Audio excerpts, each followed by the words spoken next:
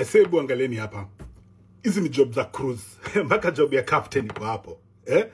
Hizi job za cruise ambazo mingi zao zina originate kutoka hapa Canada. Much as kuna job za cruise zenye unaweza originate kutoka place mingi sana tofauti.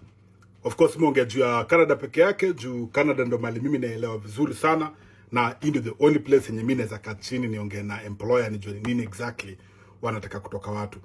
Cruise ship nazo ni mingi, na ndio hizi jobs za cruise ambazo ziko available for you to apply. Hakuna mtu anaweza kuchukua pale penye huko atakupeleka mahali aseme ati fulani alinipeleka. Upelekwe kama nini? Kwani wewe ni yani unataka human trafficking?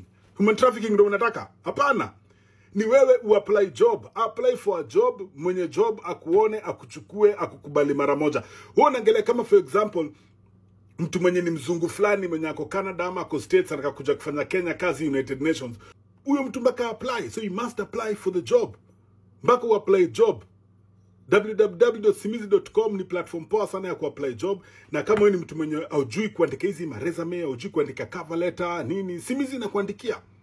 All you have to do is get on the platform, pay for the platform. Platform yenyewe inachitisha $100 for 1 year. 1 year unaandika applications as much as you want, place yoyote yenye unataka.